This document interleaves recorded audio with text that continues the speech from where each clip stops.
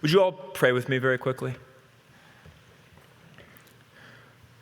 O God, who led Israel out of Egypt and our Lord out of the tomb, I pray for wisdom for all the faculty, courage for the professors, and resilience for all the students, alumni, those graduating, and those still here. In your blessed name I pray, amen.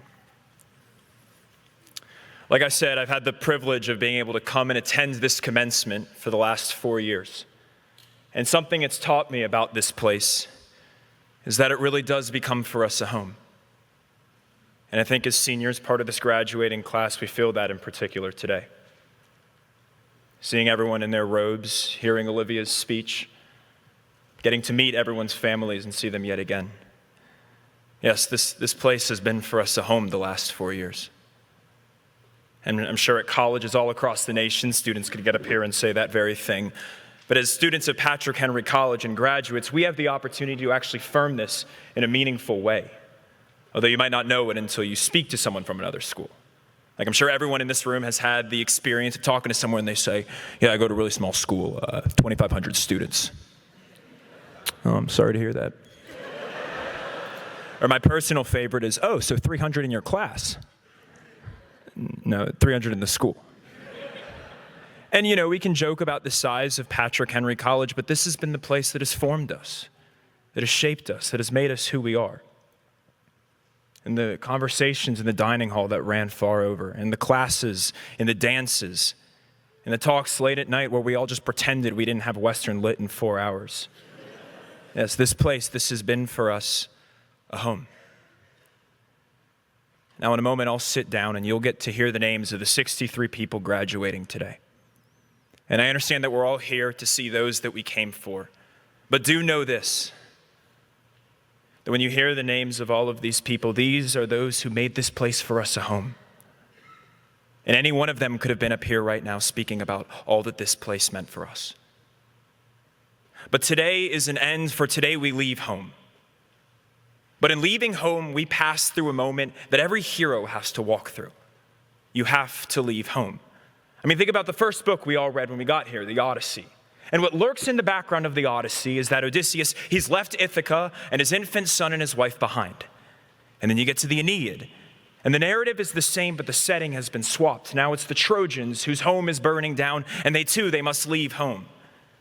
Scripture is replete with this idiom as well. Adam, he must leave the garden. Abraham, he's called out from Ur. Joseph leaves home to go into slavery in Egypt. And soon after, the Israelites are called out of Egypt with Moses. Even the modern stories that we know and love, like Lewis and Tolkien, they all follow the same narrative. Yes, we must leave home.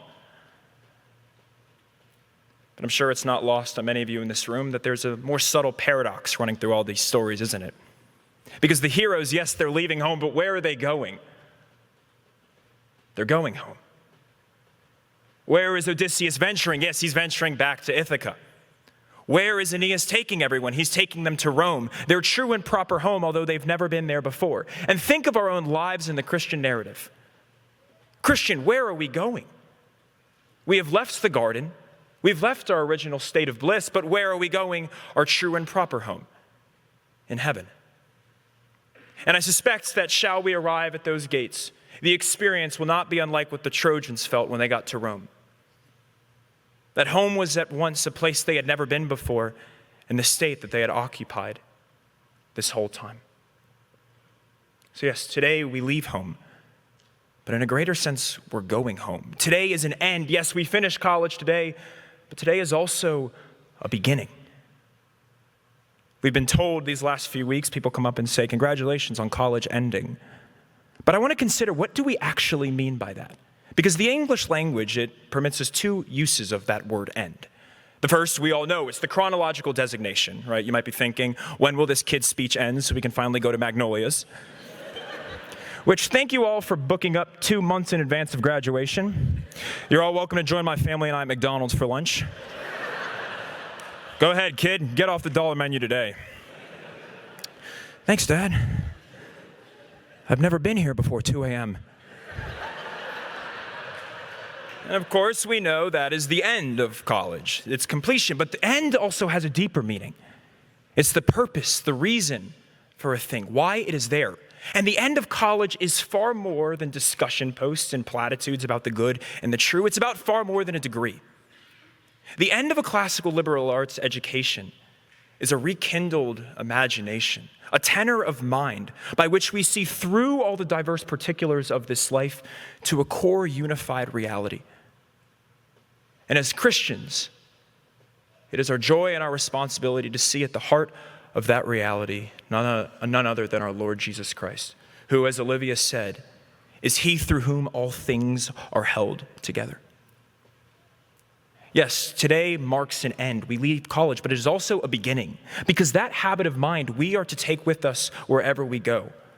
I would encourage you to get to know the graduates of this class, because what you will find is the diversity of the saints, the diversity of loves, of callings, of passions, of interests that all of us have had and have developed in this time.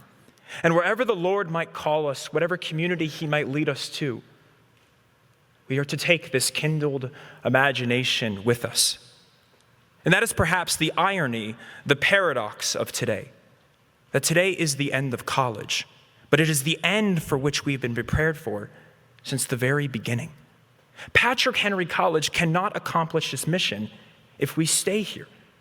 To stay home past its due is to ruin the thing. Frodo, he had to leave the Shire. Aeneas, he had to leave Troy. And in leaving, they found something far greater than they could have imagined. They became more than who they were meant to be. Yes, today is an end, and it's also a beginning. And this pattern is stamped throughout all of life. Think about all of us. Tonight, hopefully, we will lay our heads down and go to sleep. And that will be the end of today. But it will also be a beginning. And think, this shows itself most clearly in the death and resurrection of our Lord. That his death, yes, indeed, it was an end, but it was also a beginning. The beginning of new life. And us leaving today, us going out into the world, that is the end for which we've been toiling for this whole time. College, it's an interim period. It's not meant to last forever. But we are ready. We are prepared for this hour. Now, some of you might remember when we first arrived here, we received a little journal. And on the front of it, it had a nice little quote from C.S. Lewis. There are far, far better things ahead than any we might leave behind. Now, if what the school and Mr. Lewis meant by this is that we're not going to suffer, well, then they were both terribly mistaken. But I suspect that they had a deeper insight. You see, what lies ahead for us, it will not be easier, but it will be better. We know that dark times await us. We know that suffering shall indeed come our way. We know that we may very well fall at various points. But the glory of our God is that he can transform out of that suffering, out of that difficulty, something far greater than we can ever imagine. I've been struck in the scriptures how many times the word glory and the word suffering appear in the very same sentence. It is this divine rhythm, this divine pattern that repeats itself over and over again, and we all know this. It's why you fast, that is, before the feast. It is why you work before the payout. I feel as though heaven will be, jeez, these robes, man. I feel as though heaven will be far greater than we imagine, and we will be able to look back at all of the difficulties that we felt and find them transformed and sanctified at the hope that we had even now. Many of us have spent the last couple of years wrestling with the question, what do we do about the evil and suffering in this world? And praise be to God that we can think about these academic questions, but for all of us, we know that the problem of evil and suffering, it's not an academic question, it's something we live and we breathe. But the subtle genius of St. Thomas Aquinas, when he's taking up this question, it struck me so profoundly. He answers it in 2 sentences, not providing a full answer, but all he says is that our God is such that he would not allow evil and suffering to occur had he not the ability to bring good out of it. This is the joy of the Christian. We're not these peppy optimists who just think everything's going to be all right today, but neither are we dull pessimists who think the world is going to shambles, there's nothing we can do about it. We are transformists, not transformers. Neil David, that was for you. Thank you. I was banking on that little chuckle. There you go. But we believe that God transforms suffering, transforms it for good. And the scriptures, they understand this well, but you know who else did? Johnny Cash. Johnny Cash, he's got this great remake of an American folk song, Wayfaring Stranger. I actually had never heard of it, to be totally honest, until 1917. But the second verse of it runs, and I'm not going to try to sing this. I'm not my roommate. That was Finn who was up here. But it says, I know dark times will gather around me. I know my way is hard and steep.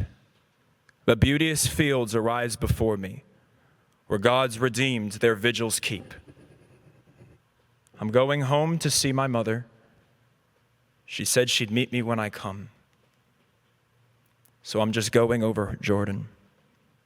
I'm just going over home. All of us, we are homeward bound. And on the way, darkness will cloud about us.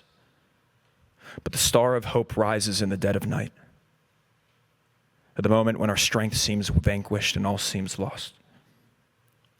As Dr. Ferris said, I've been told that Dr. G used to always say, Sunday's a-comin'.